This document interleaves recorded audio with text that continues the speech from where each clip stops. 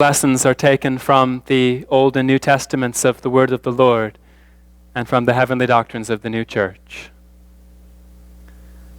I will lift up my eyes to the hills. From whence comes my help?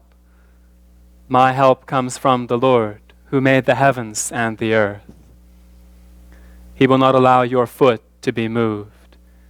He who keeps you will not slumber. Behold, he who keeps Israel shall neither slumber nor sleep. Jesus said, I am the resurrection and the life. He who believes in me, though he may die, he shall live. And whoever lives and believes in me shall never die. A person is just as much a person after death, to such a point indeed that she can be unaware that she is not still in the former world. She can hear, speak, and see as in the former world. She can walk, run, and sit as in the former world. She can eat and drink as in the former world. She can sleep and wake up as in the former world. She can enjoy the delights of marriage as in the former world. In short, she is a person down to the last detail. This makes it plain that death is but a continuation of life and is only a transition. Those who have lived together in a state of true married love have been united in respect to their souls, and so in respect to their minds. And this union, being a spiritual one, is an actual coupling of the soul and mind of one to the soul and mind of the other, which cannot in any way be dissolved. Partners thus united in marriage think and breathe what is eternal, and upon this idea their eternal happiness is founded. They are no longer two, but one person, that is, one flesh. Such a oneness cannot be sundered by the death of one partner. The two are not actually separated by the death of one, for the spirit of the deceased continues to dwell with the spirit of the one not yet deceased, and this until the death of the other, at which time they come together and are reunited, loving each other more tenderly than before, because they are in the spiritual world. Every person's life is foreseen by the Lord as to how long she will live and how. On account of this, she is directed from earliest infancy with regard to a life to eternity. The providence of the Lord, therefore, begins from earliest infancy. Peace has in it confidence in the Lord, that He directs all things and provides all things, and that He leads towards an end that is good. When a person is in this faith, she is at peace, for then she fears nothing, and no anxiety about things to come disquiets her. A person comes into this state in proportion as she comes into love to the Lord. O Lord, you have searched me and known me. You know my sitting down and my rising up. You understand my thought afar off and are acquainted with all my ways. For there is not a word on my tongue, but behold, O Lord, you know it altogether. You have hedged me behind and before, and laid your hand upon me. Such knowledge is too wonderful for me. It is high. I cannot attain it. Where can I go from your spirit? Or where can I flee from your presence? If I ascend into heaven, you are there. If I make my bed in hell, behold, you are there. If I take the wings of the morning and dwell in the uttermost parts of the sea, even there your hand shall lead me, and your right hand shall hold me. If I say, surely the darkness shall fall on me, even the night shall be light about me. Indeed, the darkness shall not hide from you, but the night shines as the day. The darkness and the light are both alike to you. For you formed my inward parts. You covered me in my mother's womb. I will praise you, for I am fearfully and wonderfully made. Marvelous are your works, and that my soul knows very well. Search me, O God, and know my heart. Try me, and know my anxieties, and see if there is any wicked way in me, and lead me in the way everlasting. Amen. God's comfort and reassurance come to us in many forms. He promises us many things, and he never fails to keep those promises. One promise he makes is that we will never truly be lost or forgotten or set adrift, at least not in his eyes. Where can we go from his Spirit? Where can we flee from his presence? Wherever we are, whether it seems to us like heaven or hell, or like the furthest reaches of the earth, he is also there, and he has a plan for us. There's nothing in this world that can pull our lives out of his hands. Wherever we are, he is holding us. We've come together today to honor the life of Rachel Morley, and Rachel loved this teaching. She loved the 139th Psalm, which was the last psalm that was read this morning. A few years ago, she wrote a letter in which she describes snorkeling in Bermuda a long time ago. And in this letter she says, "Then a sudden drop into the dark depths where a grouper was swimming way down there. Suddenly the words of the Lord in Psalm 139 came powerfully to my memory. If I take the wings of the morning and dwell in the uttermost parts of the sea, even there your hand shall lead me, and your right hand shall hold me."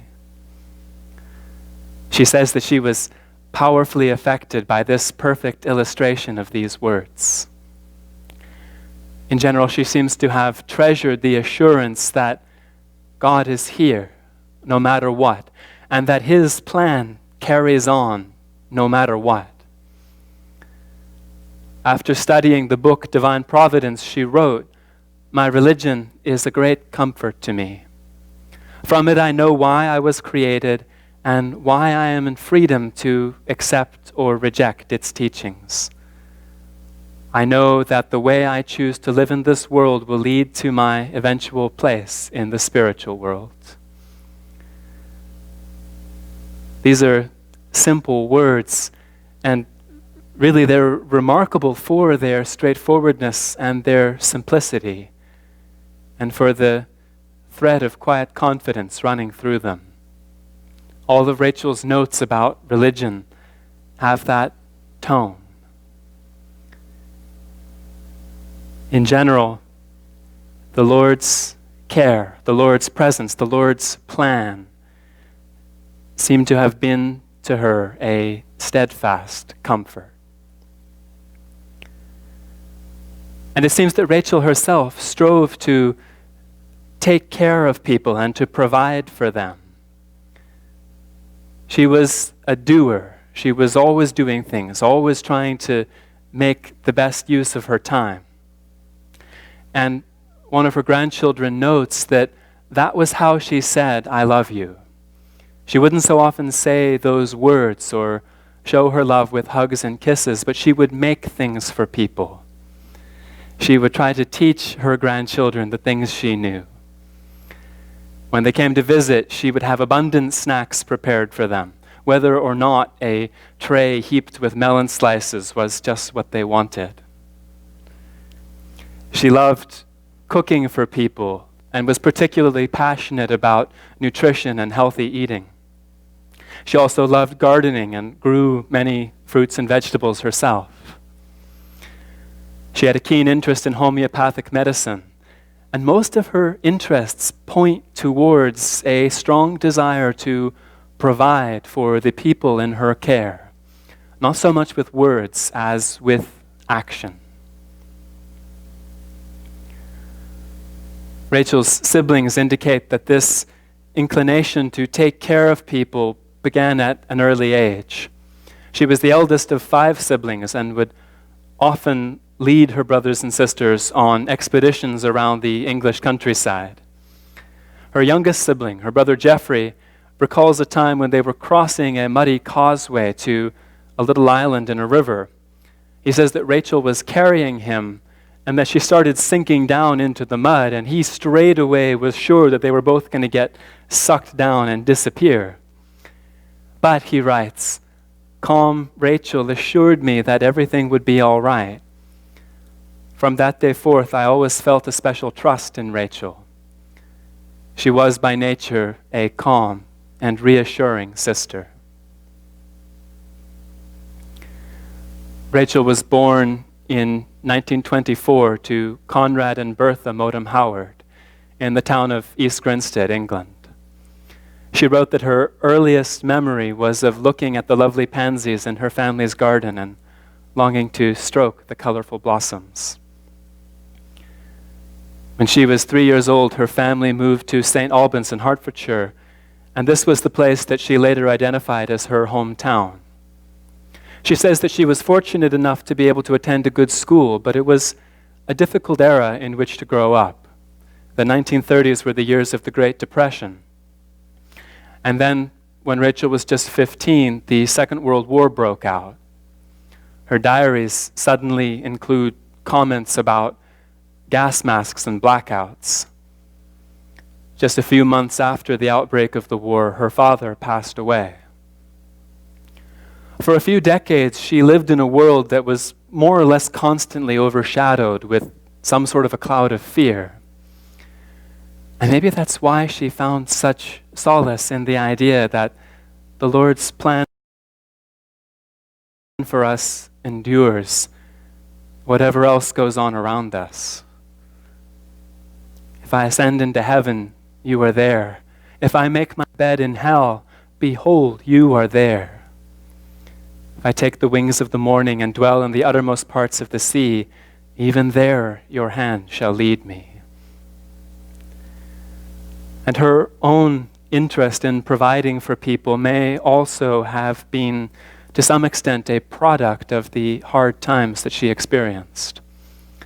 Her interest in healthy food was certainly sparked by those hard times. During the war years and the years that followed, food in England was rationed, and a lot of people had to make do with what Rachel called a less than adequate diet. She associated this with the high incidence of premature births in England during those years, and her own first child was born premature, weighing just a little more than 2 pounds. Rachel says that her husband said to her that they were really going to have to try to nourish this child, and that from then on she strove to understand nutrition. She graduated from grammar school or high school at the age of 16, and because of the war she joined the workforce instead of carrying on with her education. She worked as a draftswoman for the de Havilland Company, which designed and produced the Mosquito combat aircraft. Rachel's job was to alter the working drawings whenever a change was made to the design of the aircraft. She met her future husband, Keith Morley, at the first General Church Assembly held after the war in 1946. Keith had been a Royal Air Force pilot and had been stationed in Canada. He and Rachel were married in 1949. Their first 2 children, Nathan and Stephen, were born in England, and then the family moved to Toronto after Keith landed a job with the Costin Building Company. Their life here was comfortable. Keith's job was good. They had 3 more children, Nick, Sarah, and Alec. In 1967, they built themselves a home in Etobicoke. Rachel wrote that she was happy being a stay-at-home mom, but that she also loved teaching Sunday school for the Olivet Church and serving as a kindergarten teacher for the Olivet Day School. Once her children were a little bit older, she started taking art lessons, and painting became one of her passions. Her love of gardening continued to flourish, and with it a keen interest in manure. Rachel was ahead of her time in many ways, with regard to food and diet, with regard to recycling, and with regard to composting and organic gardening. Under cover of night, she would take a son or two down to the Toronto stockyards to fill up the car with buckets of manure. And whether or not she had permission to do this was of no consequence. Sometimes when the family was driving through the countryside, she'd see a particularly generous pile of manure and say, "Let's stop and get it." But for some reason, her husband never shared her enthusiasm. Rachel was always also known to her family for her less than fruitful relationship with technology. It seems that anything having to do with machinery simply held no interest for her. So on one occasion, she was walking around a parking lot looking for her car, and a gentleman offered to help her and asked what kind of car she drove. She answered, "I don't know." One of her sons also says that sometimes when he would call her, she would put down the phone to go and get something to read to him, and that he would then hear her speaking, but very quietly. And he learned that this would be because she was speaking into the remote control, and he would have to call out to her, "Mom, that's not the phone."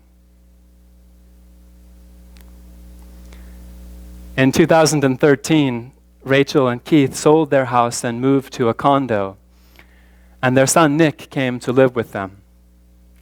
Rachel said several times how grateful she was for the faithful assistance that Nick provided to her and her husband as they aged. Keith passed into the spiritual world in 2015, 5 years before his wife, and Nick carried on supporting Rachel right to the end of her life. She was known to this community as a calm, respectable, and faithful member.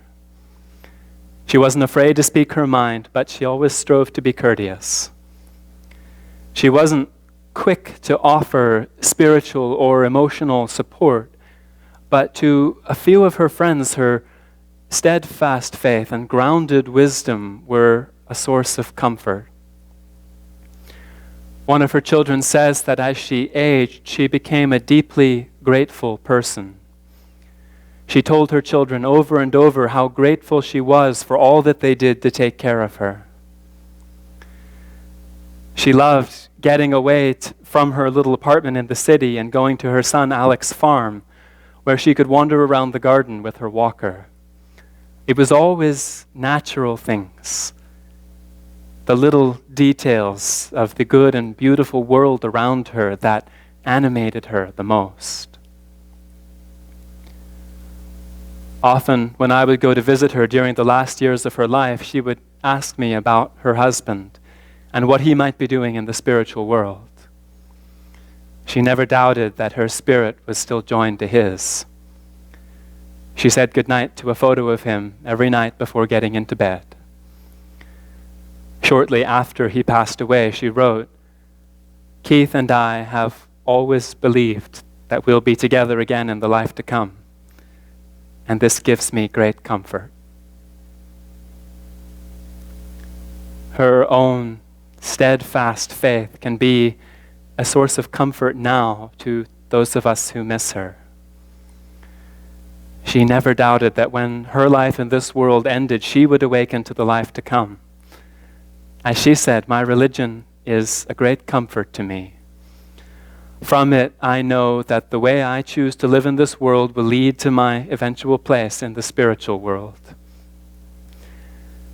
She waited faithfully to be reunited with her husband. And now she's waiting peacefully to be reunited with everyone she left behind when she went to join him. Now she's more alive than ever before, and her spirit is free. The heavenly doctrines of the new church speak of the lands where the angels dwell, where they have their palaces and houses, also paradisal gardens and cultivated grounds, rose gardens and lawns, which exist anew every morning. What a joy it is to imagine her walking those gardens, to imagine how the things she sees and the uses she serves fill her with delight. The things that the Lord foresaw for her from the beginning have now been fulfilled. He is with all of us from the moment we're born, and from that moment He is holding us in His right hand, bending all of our steps towards that morning when at last we wake and see that the shadows of this world are gone. To believe this is peace, and peace endures all things. Peace has in it confidence in the Lord, that He directs all things and provides all things, and that He leads towards an end that is good. Yea, though I walk through the valley of the shadow of death, I will fear no evil, for You were with me. Your rod and Your staff, they comfort me. Surely goodness and mercy shall follow me all the days of my life, and I will dwell in the house of the Lord forever. Amen.